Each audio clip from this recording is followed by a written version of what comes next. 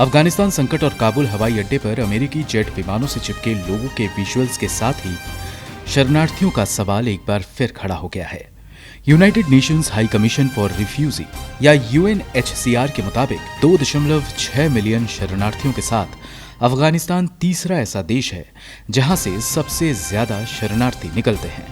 UNHCR 2020 के अंत में दुनिया भर में जबरन विस्थापित लोगों की कुल संख्या 82.4 मिलियन तक पहुंच गई थी। इनमें शरणार्थी, शरण चाहने वाले, आंतरिक रूप से विस्थापित, यूएनआरडब्ल्यूए के जनादेश के तहत फिलिस्तीनी और वेनेजुएला छोड़ विदेशों में विस्थापित लोग शामिल हैं। अगर देखा जाए तो पूरी दुनिया के सामने वर्तमान शरणार्थी संकट अपनी तरह का अब तक का सबसे बड़ा दर्ज किया गया संकट है।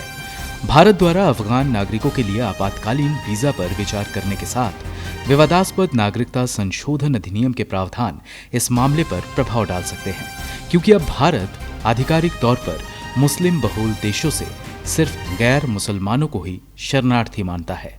रिपोर्ट के मुताबिक शरणार्थियों के लिए टॉप 5 देशों में सीरिया, वेनेजुएला, अफगानिस्तान, दक्षिण सूडान और म्यांमार शामिल है, जहां से लोग विस्थापित होकर शरण के लिए दूसरे देशों में पहुंचते हैं। रिपोर्ट में बताया गया है कि टॉप 5 मेजबान देशों में तुर्की, कोलंबिया, पाकिस्तान, युगांडा और जर्मनी है, जहां सबसे ज्यादा विस्थापित शरण के लिए पहुंचते हैं। संयुक्त राष्ट्र ने कहा है कि अफगानिस्तान संकट में एक मानवीय तबाही के लक्षण हैं। संभावना है कि इससे दुनिया में शरणार्थियों की आबादी में और इजाफा होगा। आंकड़ों के मुताबिक जनवरी 2021 से लगभग 2,70,000 लोग विस्थापित हुए हैं और वैश्विक संगठन ने बताया है कि इनमें से लगभग 80% महिलाएं और बच्चे थे।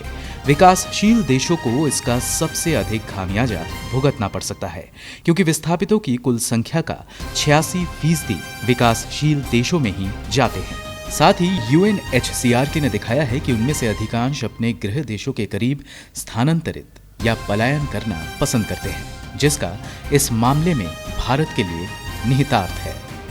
ब्यूरो रिपोर्ट, गो न्यूज।